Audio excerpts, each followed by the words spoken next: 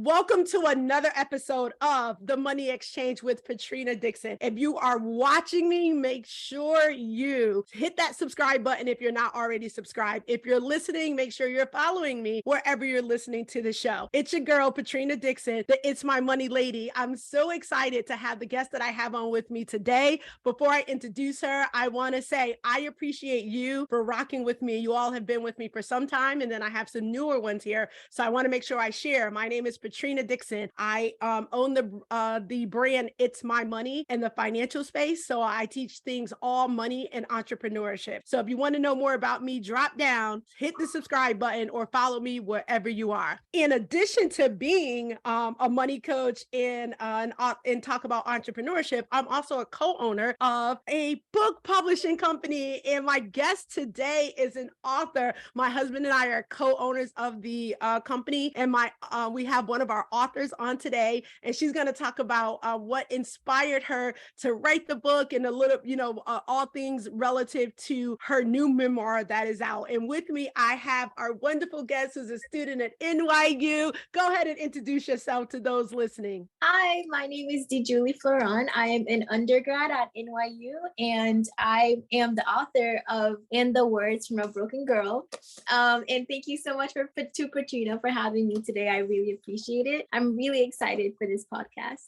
Yes, I'm so excited as well. And those of you that are watching, you can see the smile. Those of you that are listening, I'm sure you can hear the smile emoting through what she just said in her introduction. So as I started with, people want to know, who is Djuly? Like why, who you are and why you wanted to write "In the Words from a Broken Girl." I wanted to write my memoir because those are all the words I've been holding on to and all the emotions I've been holding on to for the past 20 years. And I just reached a point in my life where I thought it was time to not only reflect on what happened, but to heal and grow as an individual. I love it. Yeah. Oh, go ahead, Ian. My story, I just wanted to connect with more people and help them feel like they're not alone, and use my story to incite the conversation. I love it. I love it. And that's what I love most about the story, right? We've talked about this, is your story. Some wish it was unique, but it's a story that a lot of people can resonate with. And for you being a young lady and being able to have the courage and strength to share your story and put it in your memoir that launched on December 16th. So excited for her. We're hoping that book will help somebody else. So thus far, so I just talked about it, dropped on December 16th. And we're now sitting here where we are now. How have you heard anybody that have read it that said it has helped them? They're wishing others would read it. What are you hearing thus far? So far, based on the people who've read it and reached out, they read it in the span of one day. Within a few hours, they're like, once I opened it and started, I couldn't put it down. I could relate it to all aspects of my life, regardless of their age and background, because I have readers who are my age, 21, 20 or younger. And there are also some who are within 50s, 60s, or even older. And they're all able to relate to it. And which is why it's so amazing. And why I decided to write this, because I know I'm not the only one who experienced these things in my life. And I just wanted to connect with more people because they were able to relate, which is the biggest part for me to grow and build a community for people. I love it. I love it so much. I can't wait to see you on stages. I'm going to say, I knew her. So now you talked about being a student at NYU, and now you are a published author of your own memoir, of your memoir. I should say your own because it's your memoir, but there is, cost associated with getting a book out like you have done. There's book cover, book editing, book, all the stuff associated with it. How did you as a student prepare for what came with that to make this happen? Because as a money show, we have to talk about the money piece always. So how did you prepare? You don't have to get into what the expenses were, but how did you prepare for whatever the expenses were to make it happen? So essentially, as a student, I do have an on-campus job. So I do save a portion of that earning to go towards this project and also other aspects of my life. So that's one way I prepared, and also through pre-orders, which help cover some expenses as well. So those all tie in together. I love it. I love it so much. So now let's talk about, you talked a little bit about the inspiration. talk a little bit about the emotion. So as you were going through, so now you've decided you want to do this, you've prepared for it financially. It's, coming upon the day it's being released. How did you go through emotions tied to the fact that you had the courage and you did it, but then there's, you got the hard copy and you reread it yourself, the words you put in it, and then now the reactions that you're hearing from folks that have read it. Talk about the emotions and the potential roller coaster that you may have gone through. Not even a potential, it was a roller coaster. It was actually insane, because from the beginning and up until, I want to say, the day of the launch, I was debating whether or not I should publish this book or not, because I kept going back and forth. I'm like, how are people going to react? I'm a person who doesn't share much about her life, so writing it all in a book and putting it all out there was scary to me, because now people would know me like a very deep level. But at the end of the day, I was like, it's not about me, it's about other people and making them feel heard. So I went with it, with your encouragement and also the encouragement from my friends and family. So that was really helpful, but it was scary, and I'm happy that I did it. So it went from scared, nervous to like happy, I guess, because I feel like a new person. I know I'm still learning and growing as a person, but I am very content with my decision because I'm able to connect with so many other people. And also the amount that I've learned about myself was incredible, because I didn't know that I could grow so much as a person. So I'm very content. It was definitely a roller coaster, and I'm happy that I was able to experience all of it. Yeah, so that's why I want to pull back a little bit about what you said. You said it wasn't about me, it's for others. It was all about, I thought through the process, it was all about your release and your involvement, your growth, even for your launch date to be on your 21st birthday. So talk to me about that comment about it wasn't about you. What is that? Did you mean that? Tell me what you meant. I don't want to put words in your mouth. What did you mean it wasn't about you? So basically what I mean that it's not about me, because of the end goal. Yes, it was for me to release everything and to grow, but I had to think of the bigger goal for the why I wrote the book in the first place, which was to make others feel heard. So regardless of how I felt and how scared I was, I know that it's not only important for me to release it to continue to grow, but it's also important for others to have this and also use my story to like start a conversation or just like feel heard in a way. So it's not just about me, it's just bigger than who I am. And well, that's perfectly said.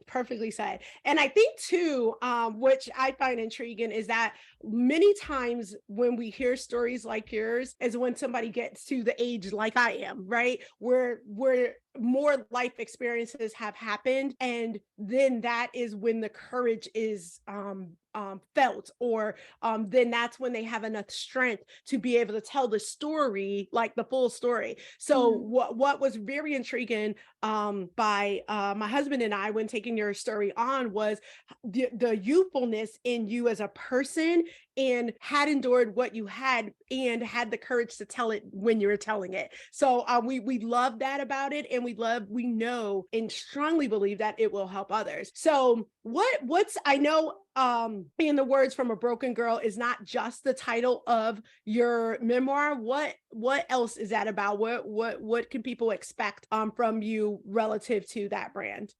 So I chose the title in the words from a broken girl. It just came to me. I was like, this is the perfect thing the second I decided to write this. And also, for the longest time, I felt broken as a person. And I felt like, even though I know we're not broken, it's just how we feel, but I felt like I was missing something, like there was something wrong with me. So I felt broken, and these are all the things that I felt and had to say for when I felt like that. But after like purging through everything, now I feel like a whole person. Yeah. I don't know if that makes sense, but yeah. If it makes sense to you, it makes sense. So that's great. And what I loved about what you did is add line pages for journaling. Like talk to the audience about that factor and what your intent is for those pages within the book. I'm so happy it ended up working out that way, adding the notebook pages, because I felt like it wasn't complete. Like, yes, I shared my story, but at the end of the day, like, it's not about me, right? So I'm like, how can the readers connect even deeper with the book itself? So I'm like giving them a chance to write their feelings, their emotions, their own story, whatever that they have to write down. It's also a form of therapy. So adding my story and their story makes it a book. So it's not just about me, it's more about the readers. I love that. But I'd be remiss if I didn't say this. If you do want to write your story, make sure you check out Destination Elevation Publishing. So your story doesn't only have to be the pages in the back. It can be your own story with your own cover. But okay, I had to say that. But no, Yes. that was such and that's why I'm a firm believer of everything happens for a reason. Like for that to come into play where these pages were added to the book and made it what you call, which I love, is complete. That as the publisher, that just sounds so awesome that's what it did for you. So I'm so excited that, that's where what the final ended up having inside of it. So if you were to sum up in a word, a sentence, or a quote, what would that be? And you could take a moment to think about it. What would that be for the whole experience? For the whole experience of writing the book and Yes. until now? Yeah. I would say life-changing. Yeah. All right. We're going to just leave that right there. You all heard her. Life-changing. Life-changing. That is powerful. I'm just going to sit right there with that for a moment. Life-changing. So as I think about the process that we went on together and seeing you from the day you came up on the Zoom screen to where you are now, I actually saw that. I actually saw the transformation of a college student, and I didn't meet you as a freshman, but college student day one to a blossom young lady, like a butterfly, like came out like when I remember going to your book launch, and I'm like, oh my gosh, like who is this young lady in front of me? So it's amazing. So I'm so happy to hear that's what it was for you. And based on the way you described it and the way that I see you, the smile I see behind you and on your face, that's a positive life change. So I love that so much. So those that may be thinking about doing what you have done, which you have had the strength and the courage to do, and just haven't done it yet for whatever that reason may be, what do you say to that person? Because where you have gotten to, some people are just not there. They're waiting. They waited for your story to be able to maybe make that next decision, maybe to have that transformational, life-changing moment. What do you say to that person? I would say just go for it. Just do it regardless of what you have to do. Just power through. It is going to be hard. I'm not going to sit here and say it's the easiest thing I've ever done. Writing this book has actually been one of the hardest things I have ever done in my entire life. So I would definitely say go for it, because with change comes discomfort, and you need to have all that discomfort and also the strength in order to go through all of that, in order to grow as a person. So at the end of the day, it's all about you, regardless of what other people are going to say or think.